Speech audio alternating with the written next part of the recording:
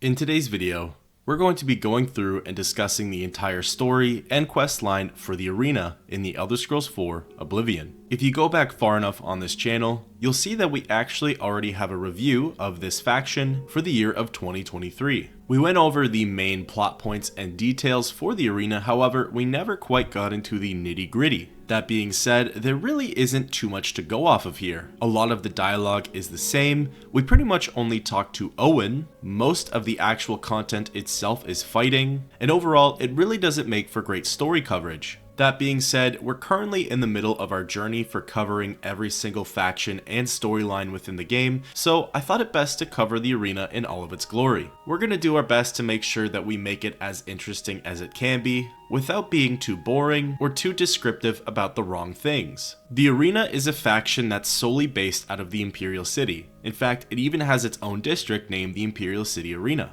We've gone over it before, but there's actually a lot of cut content regarding the arena for this game. There were supposed to be arenas in every major city, making it more of a traveling kind of quest, where you go from city to city fighting different combatants. We begin this journey by simply wandering through the arena grounds. Inside of this district, you'll hear the roaring and cheering from fans, even going as far as outside of the walls.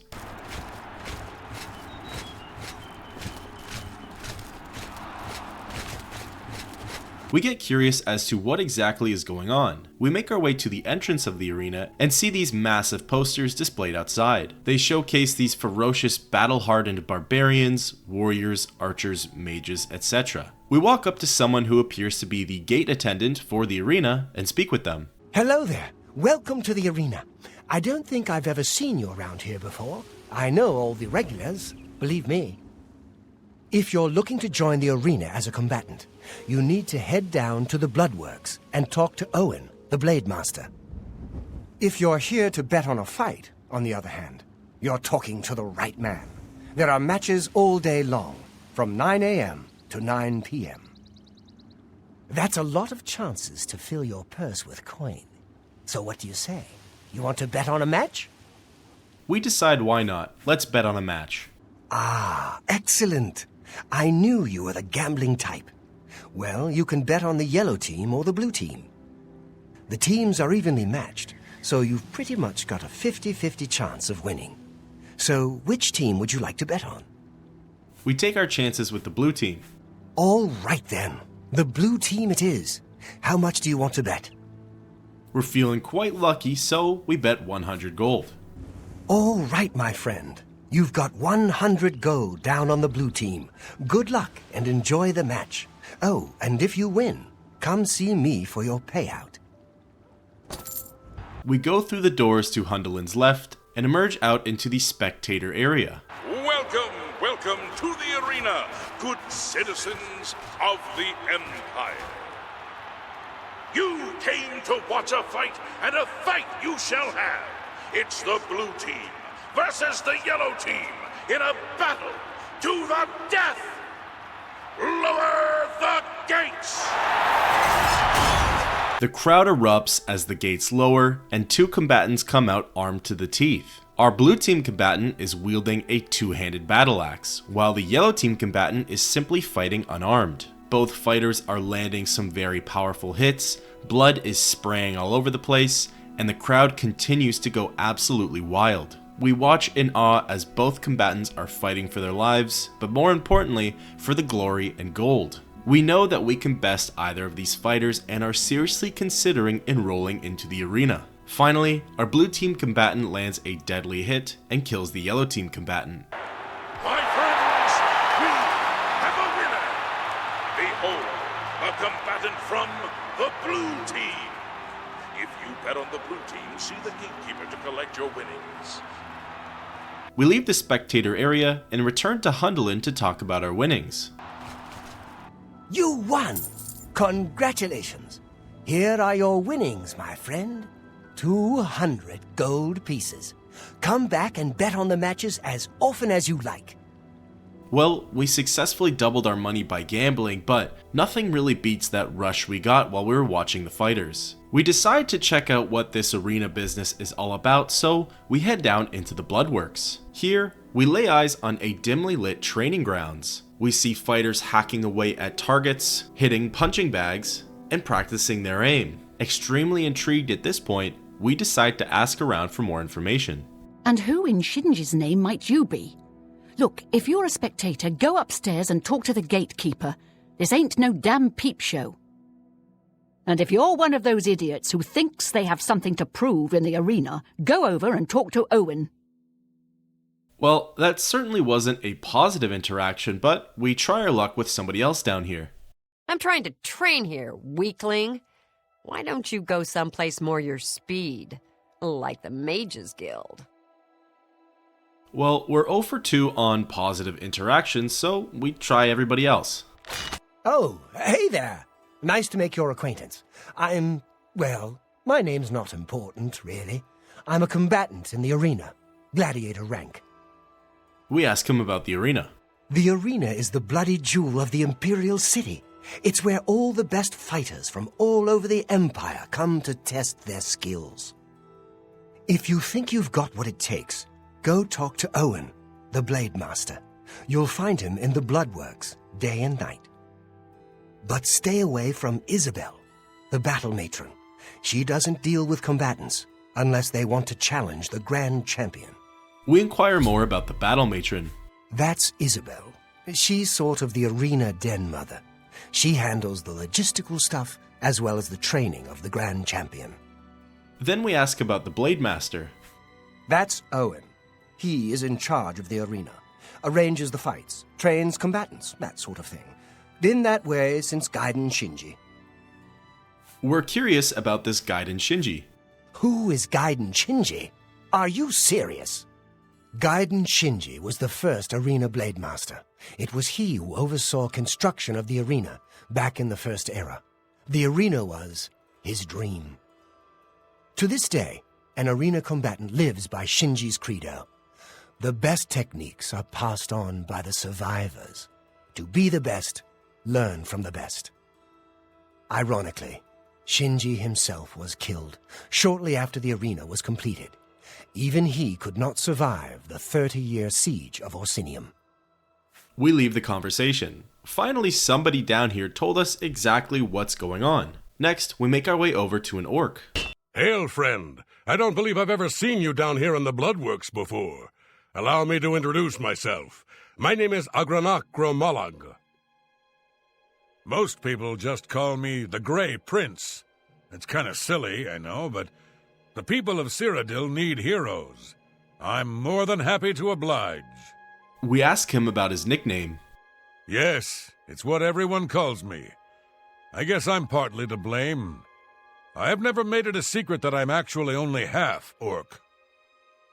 I am a lord's son, yet I've been denied the noble privilege to which I'm entitled. So I have become the Grey Prince, noble in my own right. Still, if I could prove who I really am and show the world that an orc can be noble in blood as well as deed, maybe, yes, you could help me. We really only came down here to learn about the arena, so we politely decline. Oh, well, of course. You have your own concerns, I'm sure, and I should not have imposed. Please excuse my indiscretion.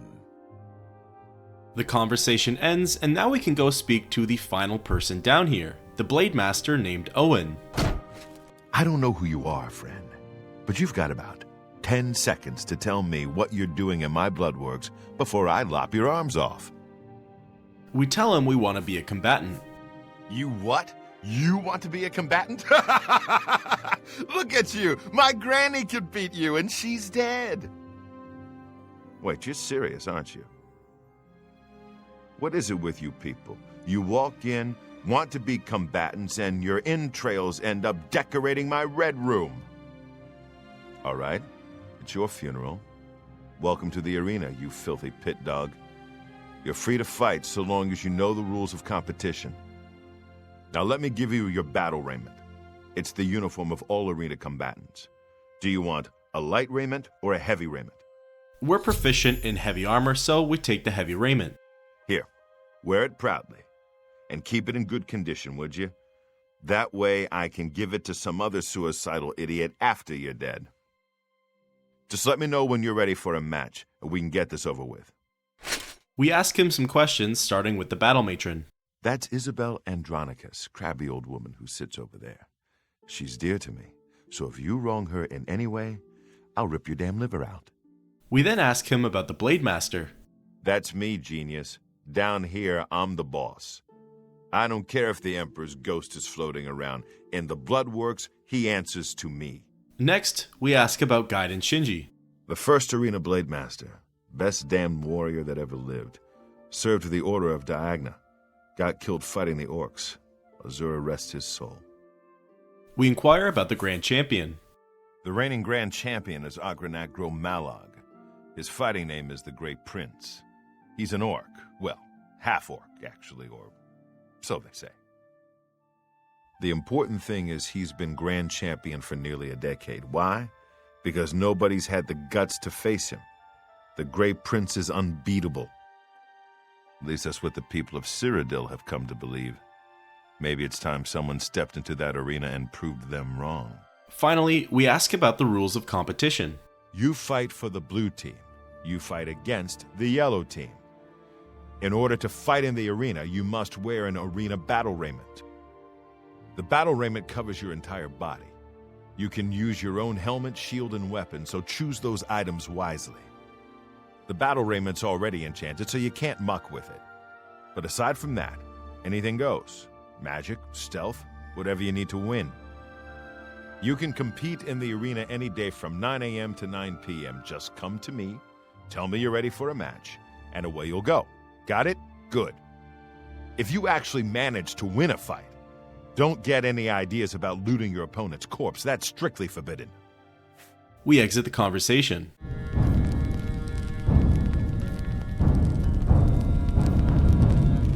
We're now officially signed up to fight in the arena. We take a look at our equipment and see the heavy raiment armor. It's nothing special. It has an overall armor rating of 14, and the enchantments of Fortify Personality for 2 points, as well as Athletics for 5 points. We equip it, and exactly as Owen said, all that remains is our helmet as well as our enchanted jewelry. Now, for this first fight, we wanted to test our limits just a little bit. We're very proficient in blades, however, we're not at all proficient in hand-to-hand. We decide to go into this first fight using just our fists. We don't really expect much out of our first combatant and really want to test the limits. We put on some of our enchanted jewelry that increases our total strength. On top of that, we're just going to wear Count Sirion's helmet from the Shivering Isles. Gear in check and feeling ready, we go back to talk with Owen. You haven't run home to Mama yet, huh?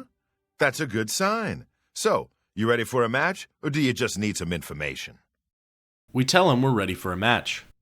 All right, maggot. Looks like you're suited up in your battle raiment and all set to go. The red room is just over there. When you're ready to get eviscerated, just head up the ramp to the arena. Good luck, and may Azura have mercy on your soul. We speak with the other fighters down here just to hear some dialogue. I guess Owen will let anyone join the arena these days. I guess I shouldn't let it bother me, seeing as how you'll be dead tomorrow. Hey there, pit dog. How's life treating you? We ask him about the arena.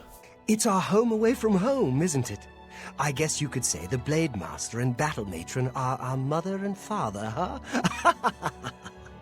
We exit the conversation. From here on out, the only NPCs that will offer us unique dialogue are Owen, the Yellow Team Champion, and the Blue Team Gladiator. Breaking that down even further, the latter two will only have unique dialogue to offer with every rank advancement. We take a quick look around the Bloodworks. There are tables filled with some tools that appear to be used as medical supplies, and in a cage in the corner we actually see a boar. The boar seems harmless enough, however we probably wouldn't want to fight with it. Around the Bloodworks, there's actually weapon racks filled with warhammers and claymores. And even to Owen's right in a cabinet, we see extra battle raiments, both heavy and light armor. We make our way into the so-called Red Room. Here, we see blood splattered and smeared all over the walls and ground. We walk over to the altar in the middle. It's called the Basin of Renewal. It reads, "You have not yet bloodied yourself in the arena. Return and refresh yourself after tasting battle." We ascend up the ramp leading outside of the Red Room. At the end of it, we find ourselves at a door that we go through. On the other side, we're officially in the battlegrounds of the arena. Good people of the city. Welcome to the arena. For this match, we've got some fresh meat, 2 brand new pit dogs. So let's not waste any time. Let the battle begin! The gates lower and our opponent comes charging at us. They're wielding a glass longsword as well as an elven shield. Right away, we realize how badly we messed up by choosing to go in unarmed. Our hits are barely doing any damage, and our health is going down pretty quickly. We have a pretty decent blocking skill level, however, when we're not using a shield or a weapon, our block doesn't do that much. On the occasion, we were able to knock her down, which helped a lot, but her health still wasn't going down quite as much as we'd like it to. The battle raged on for quite some time. We would get a few punches in, she would get a few swings in, our health would go down by quite a bit, and her health would barely go down. After a lot of back and forth and quite a few restoration spells on our part, we delivered the killing blow. Good people, we have a winner! All hail the combatant from the blue team! Victor from the blue team, leave the arena now and rest. You earned it. The fight is officially over and we came out on top. We can now go back down into the Bloodworks to the Red Room. Inside of the room, we can use the Basin of Renewal and it fully regenerates our health, our fatigue, and our magicka. We return to Owen to talk about our victory. By the 9 divines, you did it. You actually won. You ain't so bad after all, pit dog. You may even survive enough matches to advance in rank. Here, kid, this is your payout for the victory. There's more where that came from if you can keep on winning. Now go unwind before your next fight. We survived and got paid out 50 gold. From here on out, we'll just speak with Owen about our matches, we'll speak with the yellow team and the blue team combatants, who offer unique dialogue after each advancement, and we'll listen to the second line of dialogue that the announcer says before every match, as that one changes up. However, the yellow team combatant does have something to say to us. I didn't come here to chat, blue team scum. Crawl home while you still can. We go to speak with Owen about our next match. Okay, so you're not a complete loser. Don't get cocky. Let me know when you're ready for a match and you can prove yourself to me some more. We tell him we're ready. Ha! Now that's the spirit. You give the people of Cyrodiil a good show, and I'll make sure you get a decent burial. Hand-to-hand didn't work out so well for us with the last fight, so we picked up an iron warhammer that was hanging off of one of the racks and equipped it. We'll see if we can put up a good fight using a blunt weapon. This way we can still receive a challenge, but also the fight won't take 10 minutes to complete. Who will prevail? The pit dog from the yellow team or the pit dog from the blue team? Let's find out. Lower the gates! The bars drop and the other combatant comes charging at us. They're wielding an ebony longsword as well as an ebony shield. Exactly the same as last time, or if anything, even worse, our attacks barely do any damage. And his longsword is cutting away at our health. When we block, we actually have the ability to make him stagger, which works well in our favor. However, even our heavy attacks aren't really doing anything. The battle goes on for quite some time and it's not really in our favor. Eventually, we just become frustrated with the little amounts of damage we're doing, so we decide to switch to our heavy hitter. We take out Goldbrand, which is our unique, leveled, and enchanted Daedric weapon, and it deals over 6 times the amount of damage that our Iron Warhammer was doing, and that's not including the enchantment of fire damage. Within mere moments, we turn the tides of the battle and kill our opponent. Good people, we have a winner! All hail the combatant from the blue team! Victor from the blue team, leave the arena now and rest. You earned it. We probably won't be listening to the victory message anymore either, as it is the same thing over and over again. We go back down into the Bloodworks, use the Basin of Renewal, and speak with Owen. Okay, so you did it again. What do you want from me, a hug? Take your gold and get out of my face, pit dog. We wanted to continue searching for that happy medium for the beginning fights of the arena. The first few opponents aren't very difficult to face, so we want to find that weapon that's pretty balanced. We look through our arsenal and decide on the Blade of Woe. It's a dagger, so its base damage isn't too powerful, however it does have some really nice enchantments after the Dark Brotherhood. We return back to Owen and inquire about our last fight as a pit dog. The yellow team ain't gonna fight itself, you lazy pit dog. You ready for a match or what? We tell him that we're ready. You must be downright determined to get yourself killed, huh? Okay then, head back up to the arena and try not to die before the gate opens. We run back through the Bloodworks, ascend up the Red Room, go through the door, and end up behind the bars to the battlegrounds.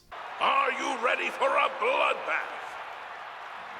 The winner of this match will advance in rank, so the stakes are high. Pit dogs, show us what you're made of. The gate's lower, and an Argonian archer stands back and fires off some arrows at us. In a complete opposite turn of events, we get in close with the Blade of Woe and begin hacking away. Within seconds, our opponent dies. So the Blade of Woe is probably a little too skilled for our opponents right now. We'll have to make up some changes to make it a little more fair. We ascend back down to the Bloodworks, use the basin, and speak with Owen. I can't believe I'm saying this, but you're no longer a pit dog. That's right. You've actually advanced in rank. Congratulations, Brawler. We're paid out 100 gold and have advanced to the rank of Brawler.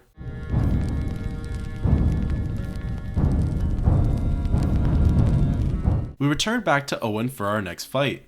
You know what Brawler rank is worth around here?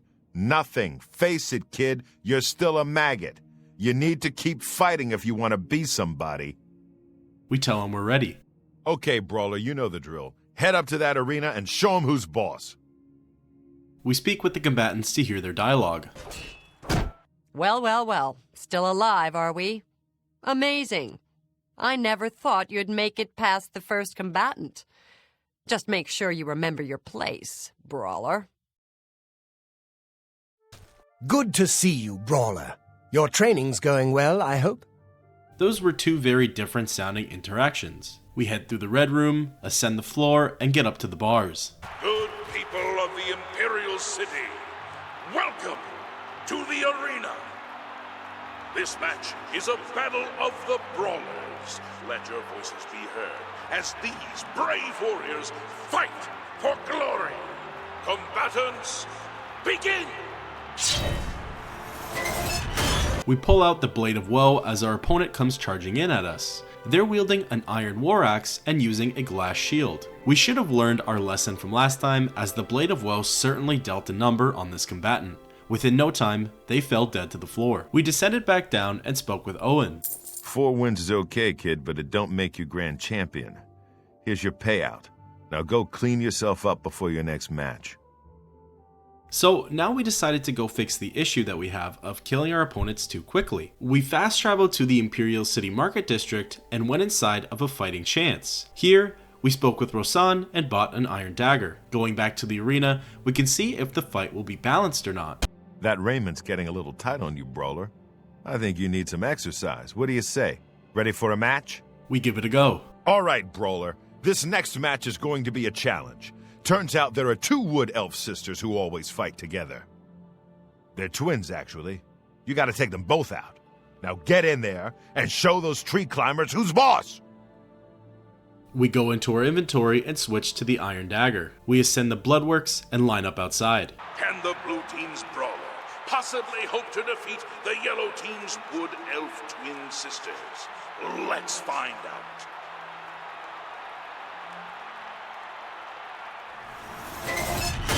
In hindsight, it probably wasn't a good idea to try out our new skill while fighting 2 opponents. One of the yellow team brawlers came rushing in with a dwarven claymore, and the other stood back firing some arrows at us. We used the tactic of line of sight, meaning we always tried to keep the archer directly behind their swordsman. This way, very few arrows would get shot at us. Maybe we should have given ourselves a steel dagger or something of the sorts, because the iron dagger was barely dealing any damage. I probably sound like a broken record at this point, but it is true. And especially with 2 opponents, we had to put in twice the amount of effort in order to kill them. Eventually, we cut down one of the sisters. And now all that remained was the archer. She actually put in some pretty good hits on us. Every arrow chopped down a little bit of our health, and she was firing them off pretty quickly. I think where I went wrong is I became impatient. I just wanted the fight to be over with, and I figured the fastest way to do that was to just slash away with the dagger. However, that left us almost completely defenseless, and because of that, our health went down significantly. Eventually, we backed her up into a corner and just relentlessly hacked away. Finally, she succumbed to her wounds and died. In the process, we became a master of blade, which was pretty nice to see. It's taken us quite some time to get here, but the results speak for themselves. We exit the battlegrounds and go back down to speak with Owen. Ha! Those girls didn't stand a chance.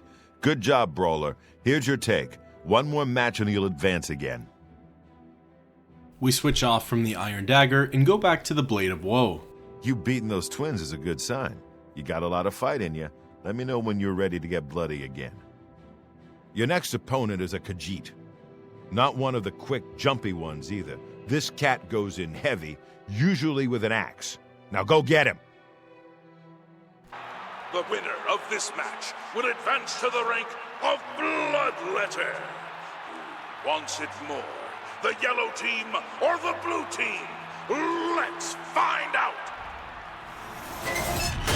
The gates lower and the battle begins. As Owen said, a Khajiit comes charging at us with a battle axe. Believe it or not, even though this is our latest fight, it's not the most difficult one we've had. We're wielding the Blade of Woe, which puts us up pretty nicely, and our Madness Shield is definitely putting in the work. In no time, and a few swings later, we put down the Khajiit.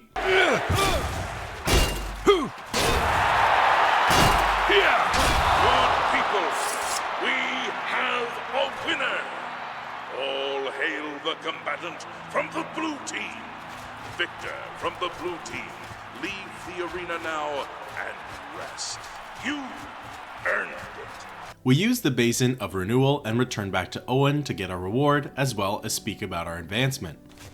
Okay, so you can fight. Your new title is Bloodletter. You're getting into the real game now, kid. More gold for more blood. Don't disappoint me. And with that, we've advanced to the rank of Bloodletter.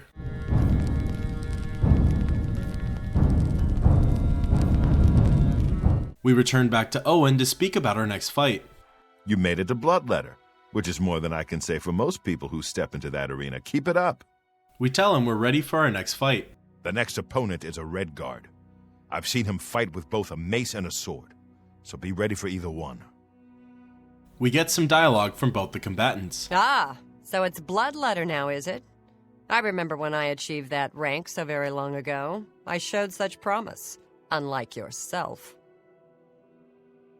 You're at Bloodletter rank now, right? I caught your last match. Those were some pretty impressive moves. We ascend to the arena and get ready for our next match. Good people of the Imperial City, welcome to the arena. There's nothing better than watching two eager bloodletters fighting to the death for fame and glory. But enough talk. Let the battle begin! The gates lower and out comes the Red Guard. He's charging at us with a Daedric longsword and he's wielding an Orcish shield. Pretty soon into the fight, the Blade of Woe loses all its charge, essentially rendering it a basic ebony dagger. We block when we need to and get in close for the flurry of strikes. We're lucky and get a nice combo off at him as he staggers backwards. The one upside to using a fairly powerless blade is we're actually forced to fight with technique. We're so used to being able to tank the hits and then just swinging away 5 or 6 times with an overpowered enchanted sword. We're lucky that he didn't hack away too much at our health. We stagger him one more time and then deliver the killing blow. Good people, we have a winner! From here, we go to speak with Owen. That was a good fight, Bloodletter. You really showed that Red Guard who's boss.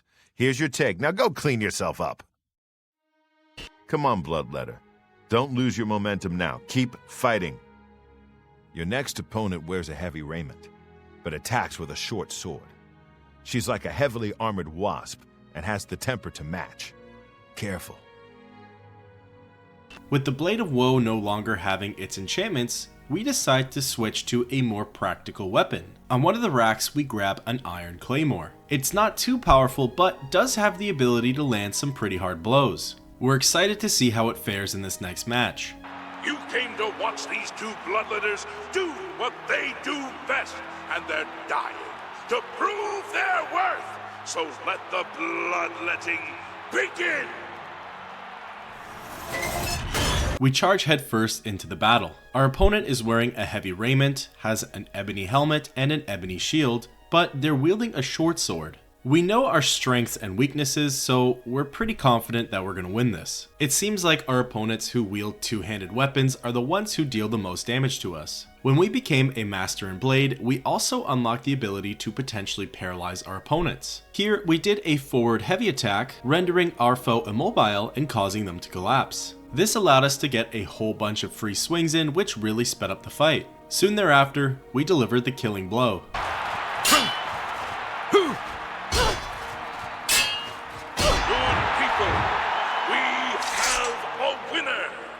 Okay, so you killed the Breton. Don't get a big head, here's your payout. My Red Room got its paint job from fighters like you. After you disemboweled the next idiot, I want you to smear his blood all over the walls. We're ready for our next fight. Next up is a Dark Elf. I've never seen him fight before, but he's got a bow as well as a sword, so be ready for a ranged attack. We're liking how things went with the Iron Claymore, so we're gonna keep it around for now. Just look at the yellow team's Dark Elf. You can see the murder in his eyes. Can the blue team's bloodletter even hope to survive? Let's find out.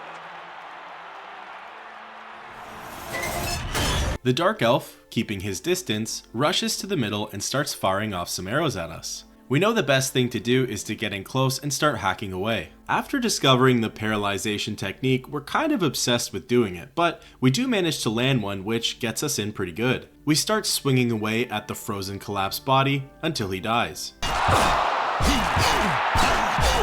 people, we have a winner. Good work, Bloodletter, or should I say Myrmidon.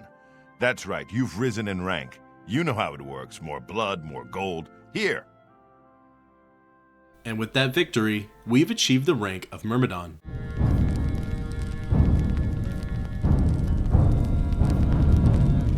We go from receiving 150 gold per victory to 200 gold. We return to speak with Owen. What is it? All right, Myrmidon. Time to stop messing around. You ready to teach those yellow team scumbags a lesson or what? Don't be fooled by your next opponent. The little dagger he uses is actually a powerful enchanted weapon called Shimmer Strike. Now go get him! We speak with the other combatants for some dialogue. My. Look at the Myrmidon. Who are you fighting against up there? Cripples and skooma addicts? Maybe someday they'll give you a real challenge. Myrmidon, good to see you. I had half a mind to use console commands in order to get a Shimmer Strike of our own. We're still going to continue with the Iron Claymore and go up to the arena. Good people of the Imperial City, welcome to the arena. The yellow team's combatant has slain many opponents with his magical dagger, Shimmer Strike. Let's see if the blue team can end his winning streak. We were warned of this mystical dagger called Shimmer Strike. While it certainly did put up a number on us, it wasn't as powerful as I thought it would be. I think that's because we put a lot of emphasis on blocking during this fight that the dagger couldn't do all the damage it was meant to. It seems to have some sort of frost enchantment attached to it, which is likely where most of its damage is coming from, but he wasn't really using the dagger for its attack speed, and I think that's where he went wrong. We slowly hacked away at him until his health finally hit 0. Yeah! Die, damn you! Good people, we have a winner! I guess you told that wood elf what you thought of his magic dagger, huh? Here's your gold, nice going.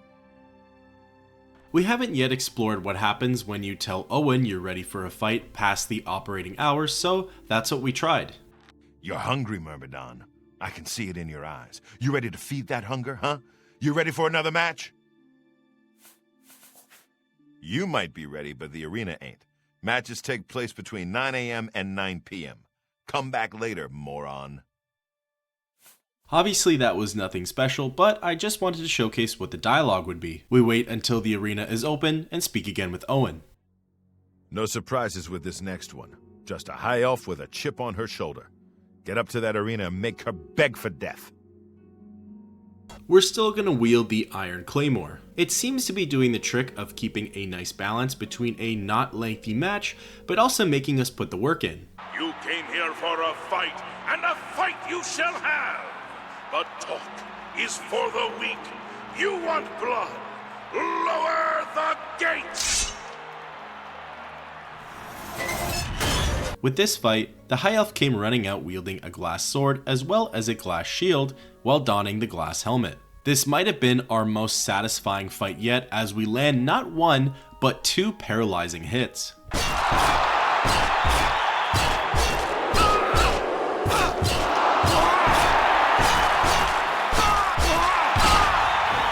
Yeah!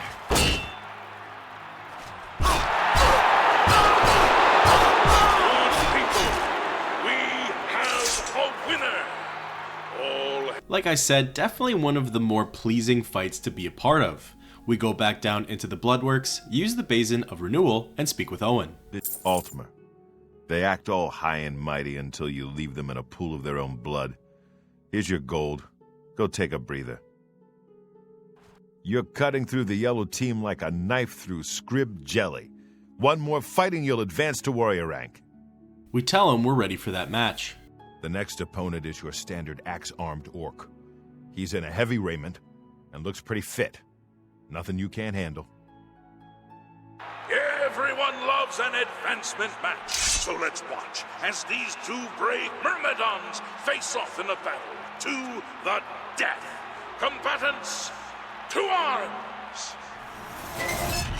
The orc comes rushing in with a 2-handed battle axe. With this fight in particular, we were doing a pretty poor job at landing our heavy attacks. It's almost like the AI was programmed to run behind us as we wound up our attacks. All the meanwhile, he was doing a phenomenal job at landing his. I guess Owen was really onto something when he said it was a fit athletic orc. We would swing away, he would evade, and then he'd hit us with either a power attack or a flurry of small ones.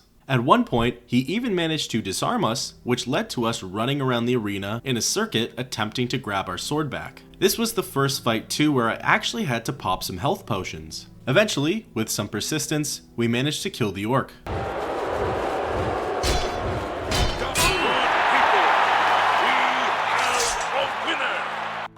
There are few things scarier than an orc with an axe, but you didn't even flinch.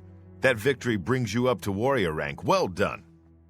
And with that, we've advanced through the ranks yet again.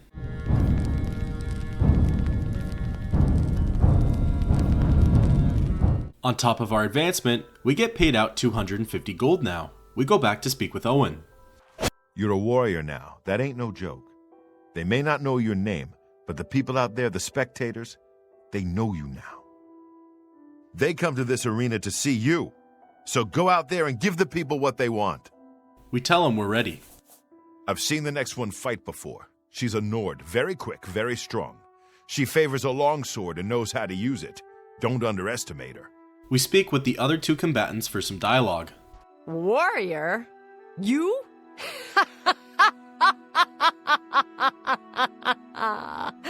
Just look at you.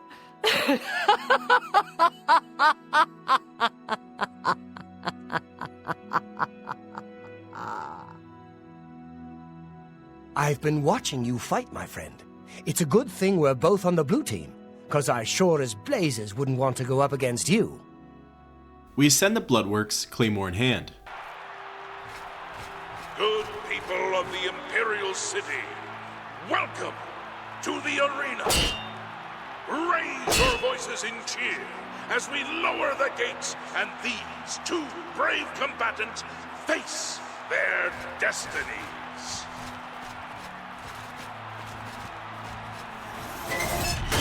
As Owen said, our first opponent as a warrior is a Nord. She comes charging in with a mithril shield as well as yielding a longsword. There's nothing particularly special about her, She has no enchanted items, but her hits are doing some damage. I think this has to do more with us using a two-handed claymore, as the enemies are getting more and more difficult. She does do a decent job at getting our health down, and we're just slightly above half. We focus on the fundamentals of combat and deliver the killing blow. That's the best you can do.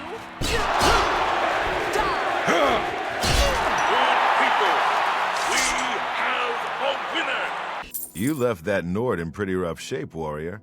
They'll probably have to ship her back to Skyrim in pieces. Nice work. Here's your take. Look at you. You keep coming back for more. All right, warrior. You ready for a match? Ah, spellcasters. That's what this next one is. A high elf sorceress or something. Just get in close and stab her a few times. That'll teach her.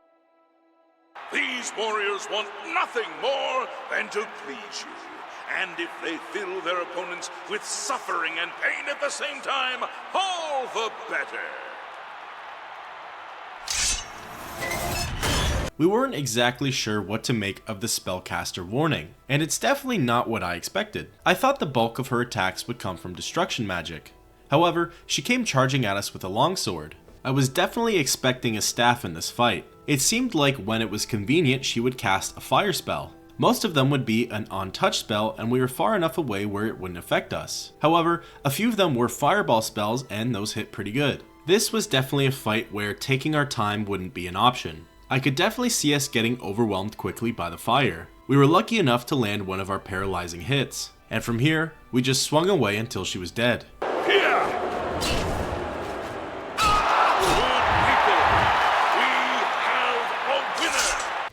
Another high elf has been taught the meaning of humility thanks to the blue team's #1 warrior. You really earned your keep this time. One more match is all you need to advance again, up to gladiator rank. Most combatants never make it that far, but you're the exception, aren't you? Your next opponent is the most savage, blood-crazed orc I've ever seen. And believe me, I've seen a lot of them. This will not be fun. She'll come out of that gate with a warhammer the size of a child, and she'll swing it until your head explodes. Don't let that happen. We decide to give the Iron Claymore one last fight. It's taken us this far, so why not bring it through the last battle as a warrior? This is an important match, for the winner will advance to the esteemed rank of Gladiator. So, without further ado, let the battle begin! The orc is wearing a heavy armor raiment, and she comes charging at us with a glass warhammer. We're extra cautious to keep our distance. As mentioned previously, we know our weaknesses, and two-handed weapons are one of them. Especially at this point, fighting with an iron claymore is probably not a smart move anymore. Not that it was ever a smart move. We're most likely caught up to what would be considered a fair fight. The battle goes pretty steadily. She's swinging away with her warhammer, and we're swinging away with our claymore. Pretty soon though, the fight turns sour. She heals herself and then starts pummeling us into the ground. This is the second fight where we actually had to pop some health potions. Once we do so, we continue to work on our health until we land the blow that advances us to Gladiator. Yeah! Good people, we have a winner! All hail the combatant from the blue team! Victor from the blue team, leave the arena now and rest. You earned it. You hit that orc so hard, her mother in Orsinium started bleeding. That victory advances you to the rank of Gladiator. Enjoy the gold. And with that, we're now a Gladiator.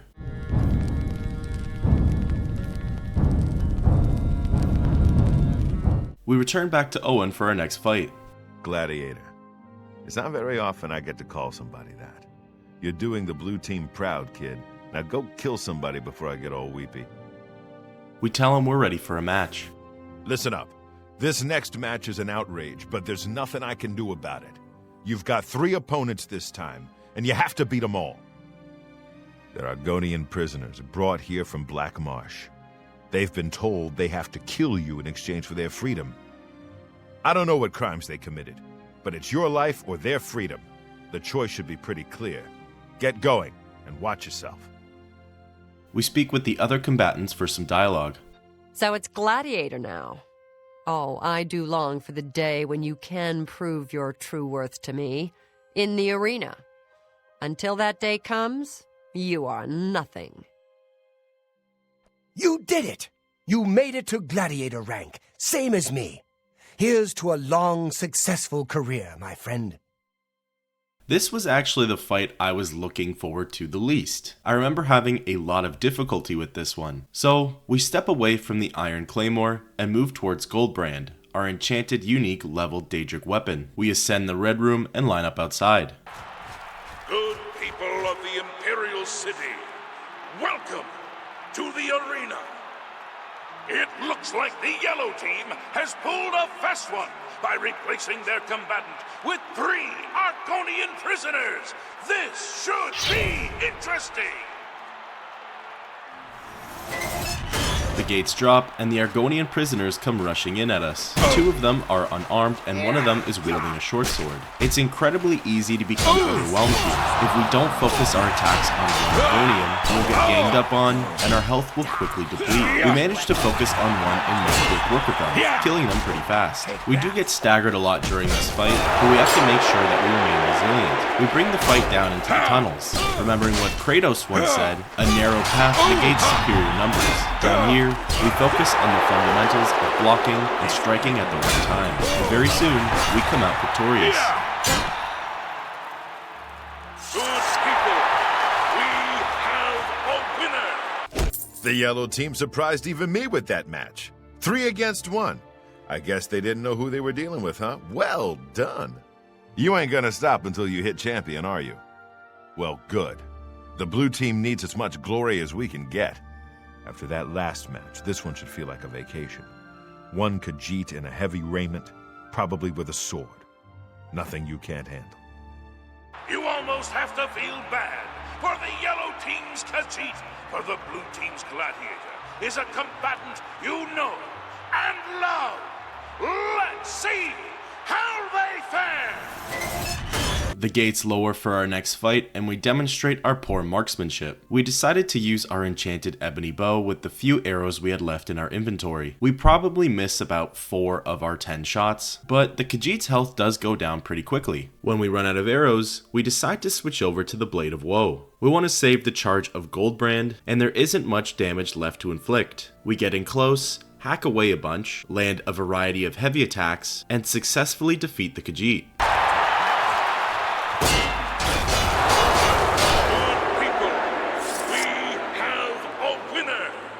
You showed that cat whose claws are sharper, eh?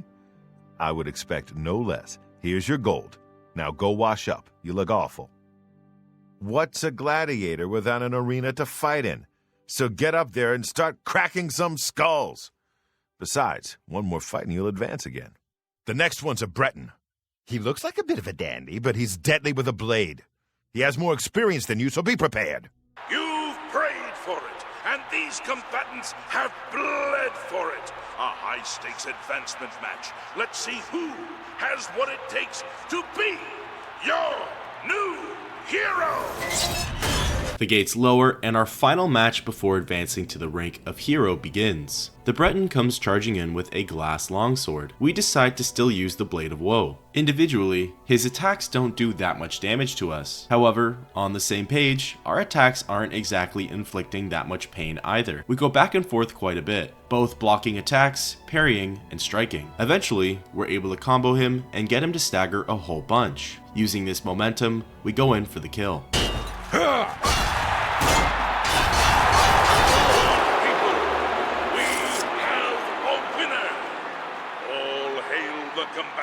From the blue team, Victor from the blue team, leave the arena now and rest. You earned it. By defeating that Breton, you've secured your advancement. It's been a long time since I've said this, but congratulations, hero. And with that, we've advanced to the rank of hero.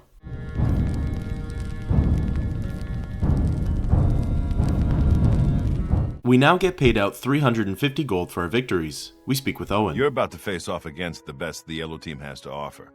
Azura knows you're the best the Blue Team's got. The first Yellow Team hero you'll face is an Imperial in heavy raiment. He fights with an Akaviri longsword. Thing is, this guy used to be a blade. You know those guys who protect the Emperor? He's a trained swordsman, so keep your damn head down. We speak with the combatants for some dialogue. So it's Hero now, is it? I suppose the little urchin wants to be a champion. Bah. You will never join our ranks. We are gods among mortals. Know this, if you truly wish to become a champion, you'll have to go through me.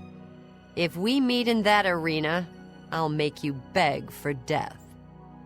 That's right, we actually have to fight the yellow team champion while we're this rank, and you bet we can't wait for it. I saw your match against the Breton. You're a hero now. I'm still in training, but I'll get there too. Anyway, congratulations. You likely saw it before, but we switched back to our trusty weapon of Goldbrand. We're facing off against some very dangerous and deadly opponents now, so we have to bring our A game.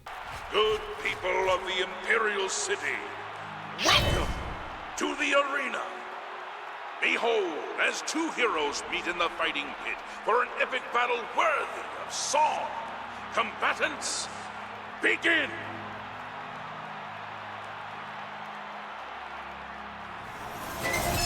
We decide to be the ones to press the attack. We meet the former blade in the middle and we make short work of him. A few hits and he staggers backwards, and that's when we go in for the kill shot. Good people, we have a winner!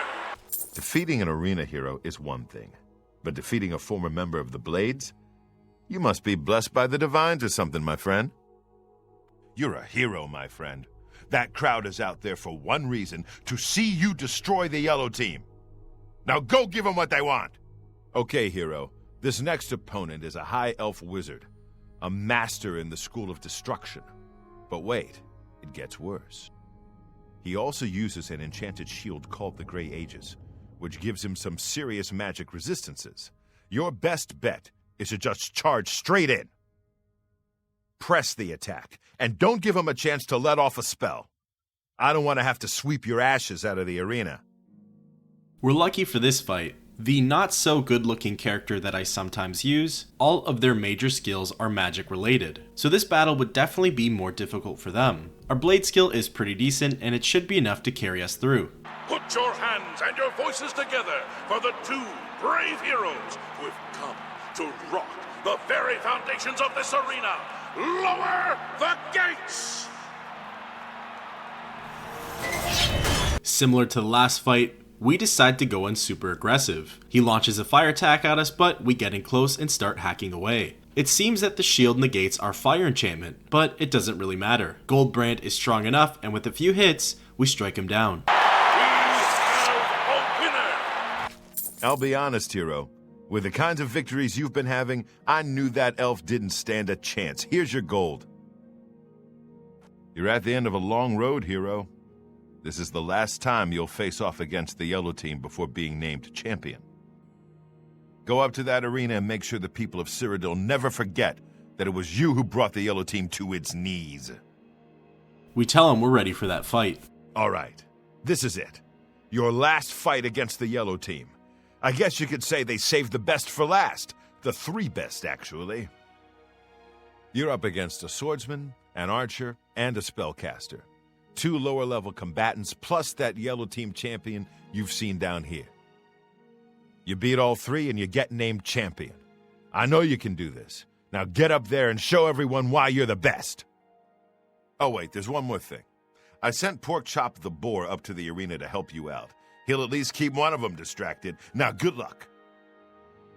This matchup is extremely important. If we were to win this fight, we'll advance to the rank of champion, and then after that, all that's left is fighting Agronacro Malag, the Grand Champion. We look around the Bloodworks and see that the yellow team champion is nowhere to be found, implying that she's a part of our next fight. We've definitely been waiting for this moment for quite some time. We ascend the Bloodworks and go through the door. On the other side, we see Pork Chop. Pork Chop is actually the boar that we've been seeing in the Bloodworks that's behind the bars. We approach the gate, and the announcer begins talking. I give you the Blue Team's hero! Can this brave combatant defeat 3 opponents and become the next champion? Let's Let's find out! The gates lower and the fight begins. All we can think of right now is getting revenge on the yellow team champion. She's actually the first one to charge at us. She's wielding an ebony longsword as well as a Daedric shield. Porkchop is off distracting the other two fighters. We focus mainly on the yellow team champion, and we're lucky enough to land a massive strike on her. She gets sent flying into the air, and we finish her off. This With her corpse now lying lifeless on the floor, we provide to her the worst fate we can think of, fighting for us and the blue team. We use our greater power of risen flesh. Her body twists and configures, standing right back up. All the meanwhile, we're taking heavy fire from the archer and the spellcaster. Soon, she rushes over to the group of three and begins punching away. Interestingly, she targets Porkchop first, who is on our side, so it's kind of strange, but then she switches her aggro to the archer. She switches back and forth between attacking Porkchop and her original team. However, we use this time to focus on the archer. We get in close, gold brand in hand, and begin hacking away. All the meanwhile, Porkchop is taking care of the spellcaster.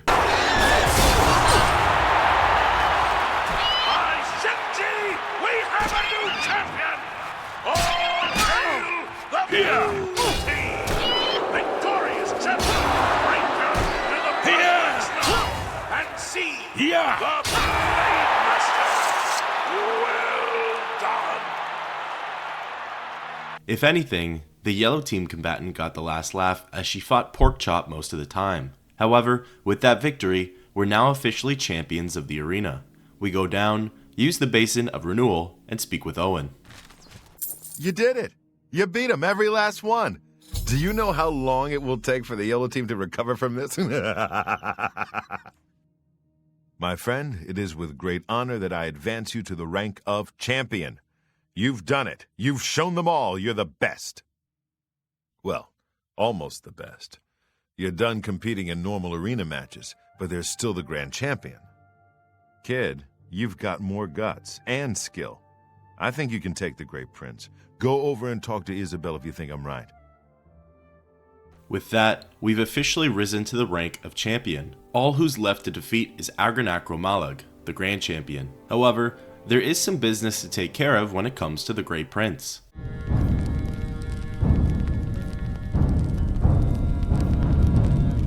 When we first met Agranacromalag, he said he needed some help with something. So now, we finally find time to speak with him and find out more. Ah, so you've returned. Come at last to challenge me for my grand champion title? We tell him no. You don't? Oh, well, all right, I'm sorry. It's just that I fully expected a challenge. It is your right.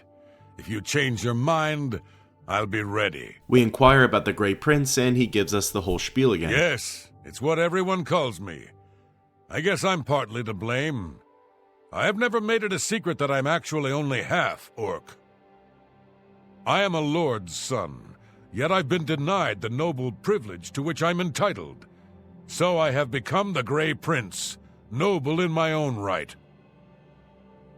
Still, if I could prove who I really am and show the world that an orc can be noble in blood as well as deed, maybe, yes, you could help me. We offer our assistance. I grew up here in the Imperial City, but I was born elsewhere. My mother was a servant in the employ of Lord Leviticus and resided at his fortress. Lady Leviticus was a shrew of a woman. The Lord and my mother grew close and ultimately fell in love. I was the result of their union. When the lady learned of my birth, she was furious and threatened to kill both my mother and me. So we fled, leaving my claim to nobility behind. We implore him to tell us more. My mother died recently. Before she passed, she gave me this key and told me it would unlock the truth at the place of my birth, Crowhaven. Crowhaven is a ruined fort far to the west of here. I'd go myself, but my training regimen doesn't allow for the luxury of such an excursion. My friend, you must travel to Crowhaven and use the key to unlock whatever it is that holds the proof of my birthright. Find this proof and return it to me, and I'll share with you some of my finest combat techniques. Trust me, You can't learn these moves in a book. We switch out of our arena raiment and go back to our madness armor. From here, we leave the Bloodworks and take a look at our map. Crowhaven lies far to the southwest. Fortunately, it's close enough to Anvil, but we have something even closer discovered. We travel to Hrota Cave, hop on Shadowmere, and make for the fort. The ride is a fairly short distance. When we arrive, we see a potentially troubling sight. Two skeletons are patrolling the outer walls of the fort. We strike both of them down and enter inside. Walking through the doors, we receive a quest update that I've always particularly liked. The update reads, I've entered Crowhaven. Somewhere inside, I will unlock the truth that Agranacromalag is searching for. I should be cautious, however. The fort has long since lost its noble trappings, and the presence of evil is unmistakable. For this quest, we only need to explore the first zone of Crowhaven, and for our level, we just fight off some wolves and timber wolves. Eventually, we find ourselves coming across a locked old wooden door. We pull out Agranac's key and unlock it. Inside, the air is incredibly still, and we get a gut-wrenching feeling that something isn't right. We wander a bit further along the path before we hear something strange. What's that? We become incredibly still, and out from the mist comes running a man. He's only wearing a pair of pants and lunges at us with a Daedric dagger. We get a closer look at his face, and he appears to be a vampire. His nameplate claims that he's Lord Leviticus, Agranacromalag's dad. Even though our gear is severely more overpowered than his, he actually puts up an incredible fight. He manages to bring us into a corner and staggers us a whole bunch. We can barely get any hits off in the meantime. And believe it or not, we actually did not contract porphyric hemophilia. Lord Leviticus lets up for a moment, and with one swift heavy attack, we kill him. Even though we saw with our very own eyes the evil that Lord Leviticus was, we need some proof for the Great Prince. We make our way up onto the neighboring upper level and find his private quarters. Here, we find a journal belonging to Lord Leviticus himself. The journal reads, Entry 1, Beauty, pure and sublime. That is the only way to accurately describe my love, the maiden Gromalag. True, the orcs of Tamriel are often vilified by the other citizens of the Empire, and rarely would they be considered a pleasure to look upon. So, is my maiden Luktov a rare breed of orc, unlike the rest of her kin in physical appearance? Nay. In fact, she is the perfect representative of her race. Green skin, muscular frame, and all. But beautiful she is all the same. For who am I to judge? Who am I to criticize when so many would condemn my very existence? I can only hope my love is as understanding when she learns of my unique condition, for I have yet to reveal that most precious of secrets. Entry 2. Damn the politics of my station. Taxation and trade negotiations and meetings with disingenuous aristocrats. It's sometimes enough to make me regret my birthright altogether. I've spent the latter half of my life hiding my identity, guarding my secret. But now, I am faced with an even greater challenge. For if word were to get out that I have fallen in love with a servant, an orc, no less, I would be all but ruined. Such is the life of the Cyrodiilic nobleman. Entry 3. Curse me for a coward, but I have not yet found the strength to tell my beloved Luktov the truth. Perhaps it's for the best. For what benefit is there in her knowing? She would share all of my fears, but none of my abilities. Her life would become one of doubt and uncertainty. Still, if she is to spend her remaining mortal days with me, she has the right to know the truth. Entry 4. Joy and exaltation. She is with child. My beloved Luktov is carrying my child. The midwives predict a boy, and we have already settled on the name Agranac. In truth, I never realized such miracles were even possible, but the divines have granted us their blessing, and so it shall be. I must wonder, of course, if my dear child will share in my dark gift. Only time will tell. Entry 5. Tonight, the truth will be revealed. I will tell my beloved Luktov everything. She will know who and what I am, and we will decide how best to raise this precious child that grows in her womb. Entry 6. Betrayal. Foul and loathsome harlot. How dare Luktov question my motives, question the love I have for my own unborn child? When she learned the truth, that I, the Lord Leviticus, am no longer human, that I have walked Tamriel as a vampire for the past 200 years, how quickly she judged me. So, I am a monster, am I? Perhaps I should have proven her right. Perhaps I should have drained her dry when I had the chance. But I loved her. as deeply as a man has ever loved a woman, and I wanted nothing more than to bring our baby into this world and embrace my new role as a father. Perhaps when Luktov has come to her senses, for she refuses to come out of her room, we can have rational discourse about our future. I do not, however, retain much hope. Entry 7. Imprisoned. Imprisoned in my own home. While I slept, Luktov locked me in my own private chambers. She called to me through the door, told me of her plan to escape with our unborn child.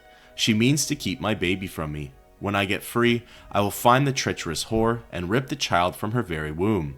Entry 8. 2 weeks. 2 weeks have passed since Luktov locked me in my quarters. Try as I might, I cannot free myself. I cannot breach the doors. If I don't feed soon, I feel I will go mad. Entry 9. Food, blood, blood, blood, blood. I need it, I need it. Blood, need blood. Entry 10. ...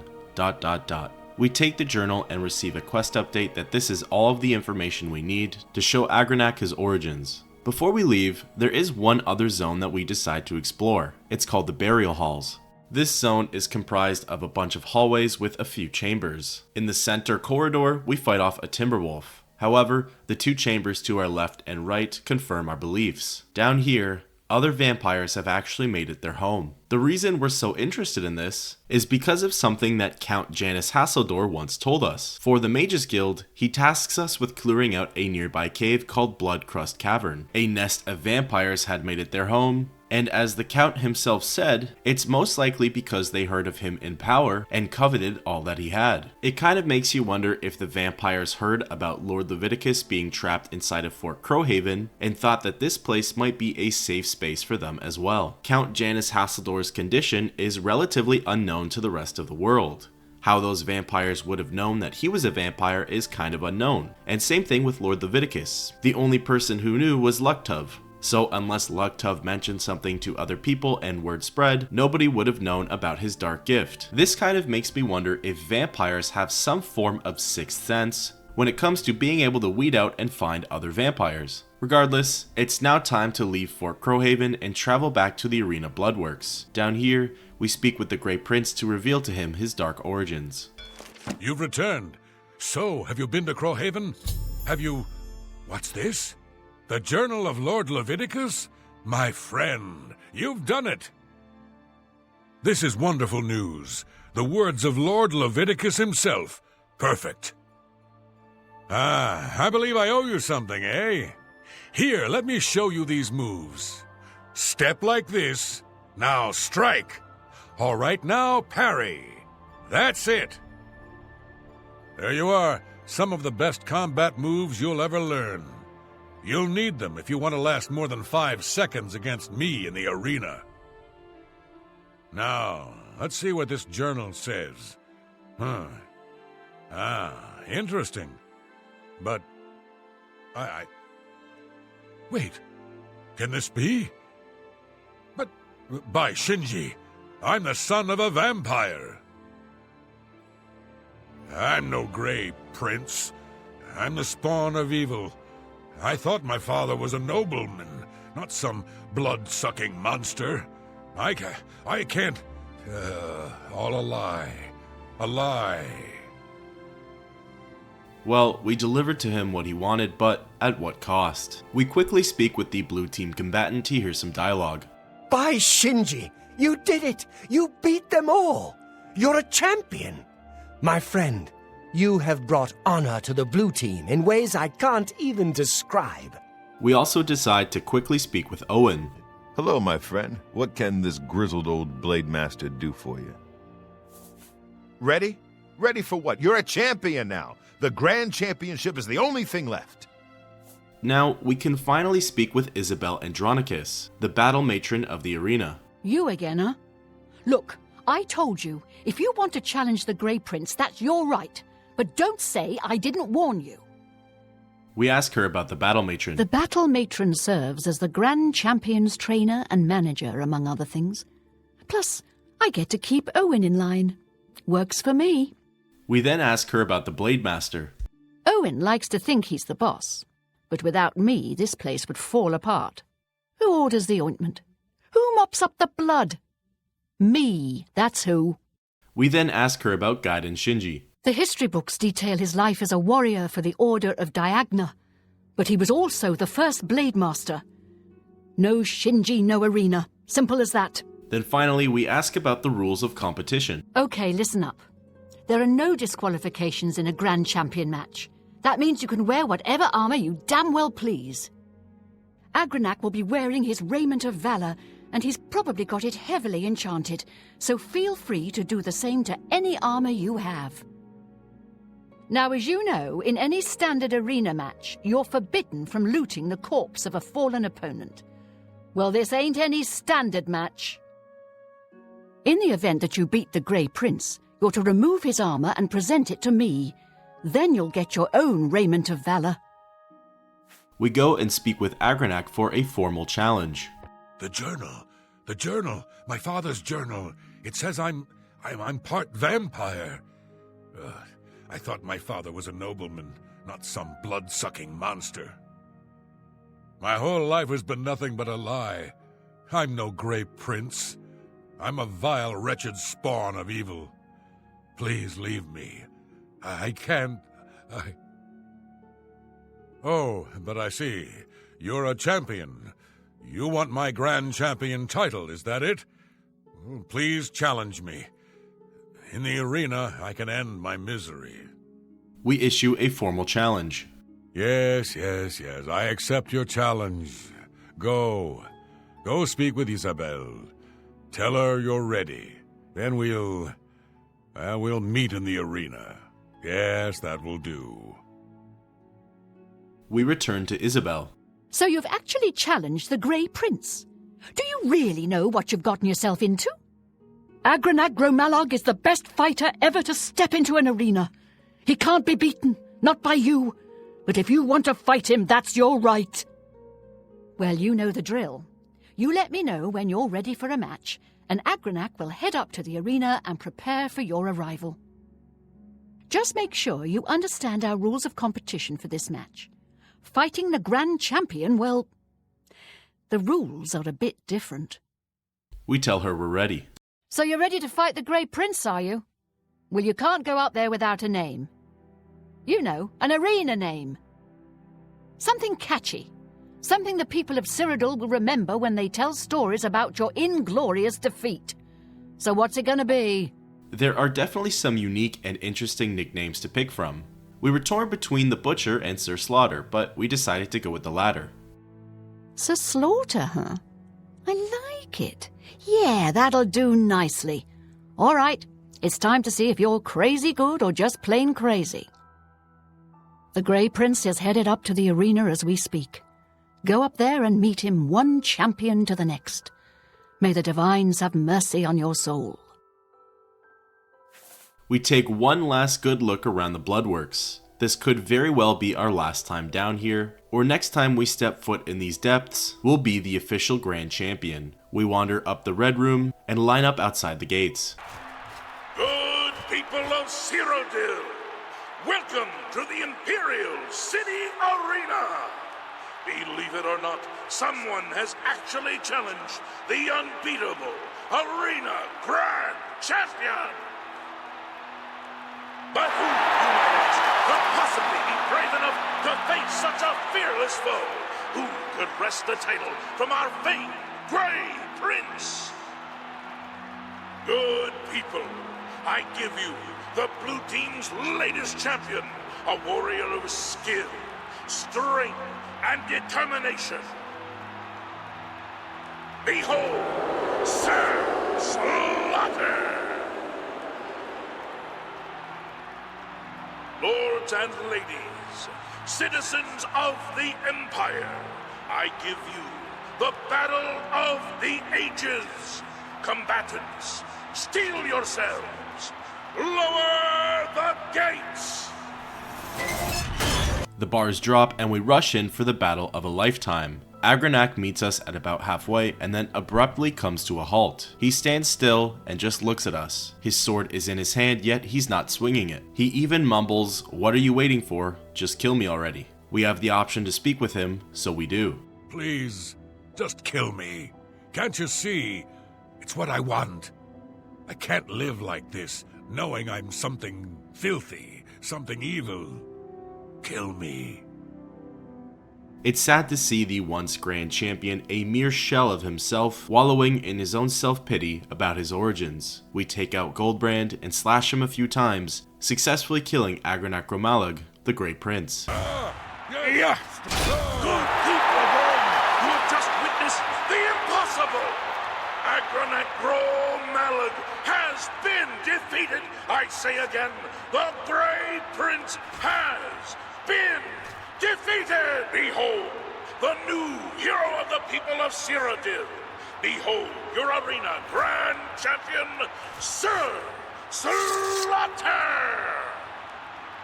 Esteemed grand champion, you may leave the arena now. See the Blade Master to receive your winnings and be awarded your raiment of valor. So that's certainly one way to become the grand champion of the arena. However, there's also another way.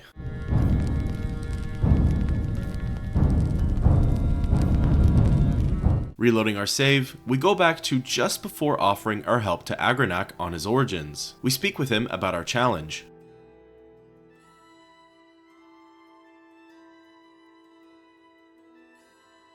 We tell him yes. As I expected, I accept your challenge. Speak to Isabel and let her know when you're ready, and I shall make for the arena. Shinji be with us both. By choosing to not help him find out about Lord Leviticus, Agranak's spirits and will remain high. Everything goes the exact same by talking with Isabel and challenging Agranak. We pick our arena nickname, we ensure that all of our gear is properly repaired, charged, and up to date, and then we line up outside of the gates once more. The Imperial commentator does the exact same speech, and then the bars drop. This time, Agranak comes rushing in at us and actually swings away. He puts up a proper and fair fight, which is really nice to see. However, given our level, I will say I think the best thing to do is go through with the origin of the Great Prince quest. You see, Agranak Gromalag is actually locked in at level 10, meaning that if you're going through the arena at say level 3, he will give you a really tough time. And on the other hand, if you're around our level, say 20 plus, he won't be any more difficult than fighting a simple bandit.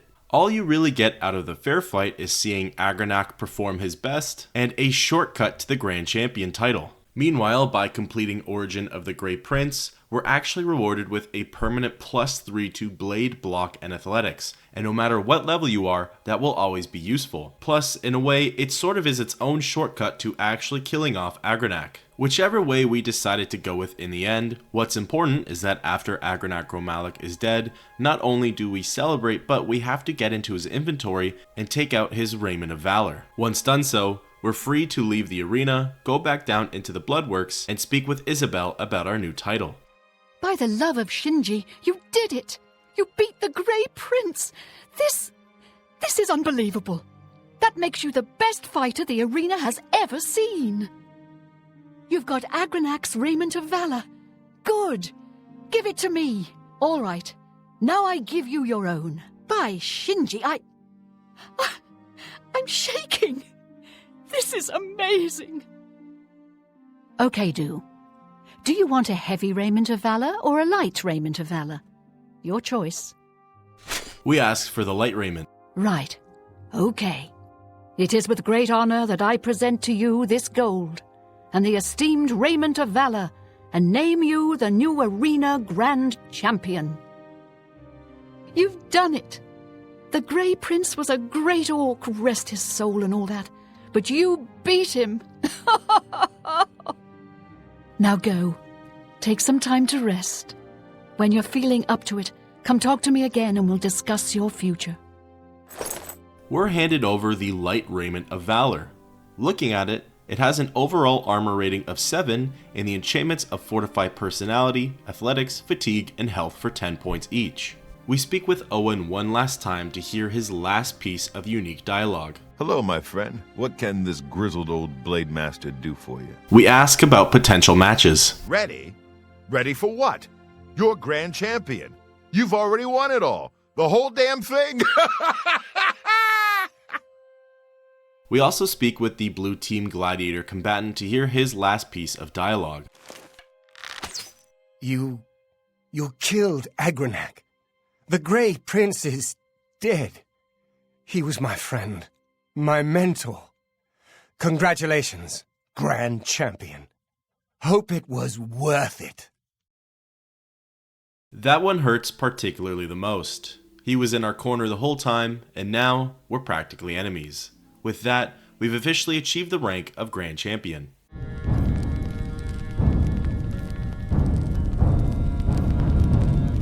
We return to Isabel to hear what can be offered to us. Oh, there's the new arena Grand Champion. Now listen, I bet you're wondering what's next, eh?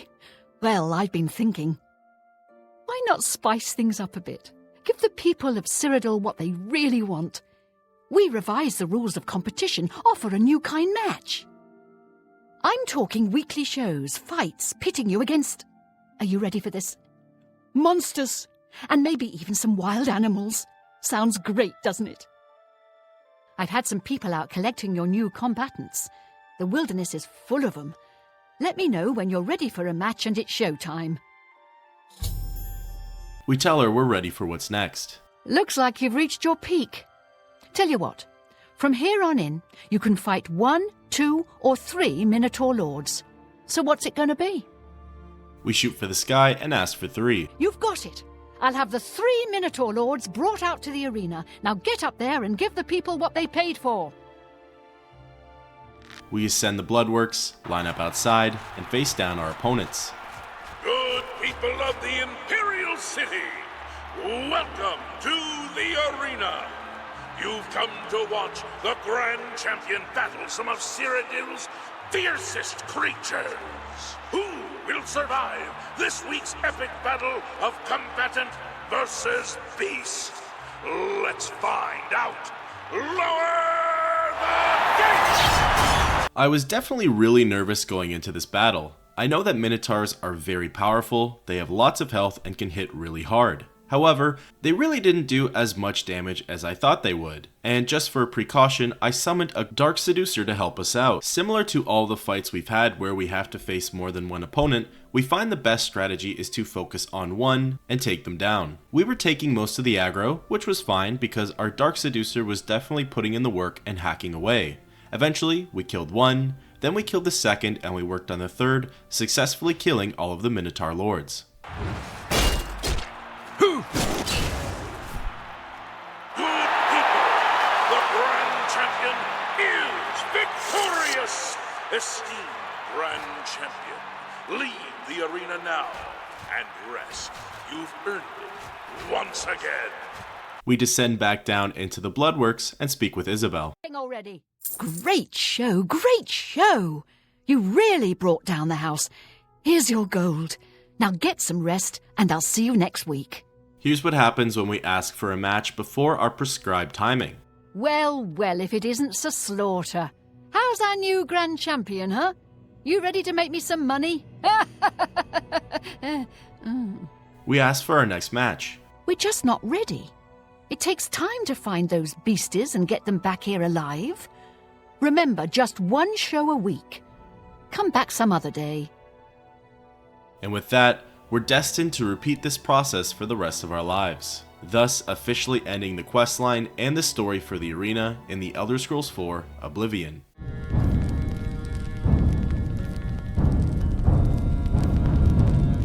So now it's time for our thoughts on the arena, as well as what we liked and what we didn't like. I want to say my opinion hasn't changed much from the video I put out last November, but to be completely honest, I don't fully remember what my opinions were, so we're just going to go over it again. I do remember saying this, and I would love to reiterate it. This questline is fantastic for what it is. It's essentially mindless violence and a way for you to level up your combat skills. I would honestly recommend the arena as probably the first faction a new player takes part in. This way, they can increase whatever their desired offensive and defensive skills are, they get access to the arena raiments, and shortly after the Raiment of Valor, it's an easy way to get yourself a base level of gold, the Grand Champion can be easily beaten by doing the Origin of the Grey Prince quest, and on top of that, we'll receive some important buffs to Blade, Athletics, and Block as a reward. Now, when you're level 20 plus and have already fought so many difficult creatures and humanoids, The arena really isn't much of a challenge, and in turn, fun is sacrificed. As you saw in the beginning, I was trying to find that perfect weapon of choice for creating a balanced experience, as well as seeing about leveling up some of our neglected skills. However, it was pretty hard to do so. Our blade and marksman skills were the only ones sufficient enough to do any meaningful damage. If you want to play the long game and spend a couple of minutes on each fight, it's certainly a valid option, but that's not the way we wanted to do it. The fights themselves are decent enough and varied to where it never really got boring. The highlight was of course Owen, and I would even say the yellow team combatant. The character arc we see in the grizzled old Redguard was fantastic. Seeing him grow from someone who practically hated and looked down on us to someone who we could call a friend in the end was really endearing. As for the yellow team combatant, her dialogue can easily be missed and even dismissed. But hearing her doubt and berate us every step of the way made for besting her in combat that much more satisfying. I really like how the origin of the Grey Prince quest can completely alter the final fight between us and Agranac, and on top of everything, it's a nice piece of lore to read into as well. This might also be the only faction that actually allows us to do something interesting after we've completed everything for the main quest line. Once a week, we can fight against beasts for gold and glory, which isn't anything too unique, but compared to the duties we get stuck with for the other factions, it deserves to be on a pedestal. As for what I didn't like, well, there's not much to dislike, and what I mean by that is there really isn't much here. It's short, it's sweet, and it's simple, but because of that, it lacks a lot of depth, detail, alternate quest lines, use of lore, and overall freedom. It probably goes at the bottom for me in the tier list of factions. Again, it's not bad, it's just that there's not much to do other than fight. Some of the weaker storylines, like say the Fighters Guild and Mages Guild, which objectively, compared to the Dark Brotherhood and Thieves Guild, are weaker, are above it simply because of the characters we meet, the quests we go on, and the lore provided. The original idea for the arena would have been really cool to get to play through. We would have gone from city to city, fighting for glory, meeting several unique blade masters, and befriending or feuding other combatants. In the end, there's not much you can do about it besides hope for better in future Elder Scrolls installments. That about wraps up the storyline and analysis for the arena in the Elder Scrolls 4 Oblivion. I appreciate every single one of you who stuck around, as we did already cover this faction in a really early video on this channel. I'm excited for the next journey in Cyrodiil, and until next time, keep on adventuring.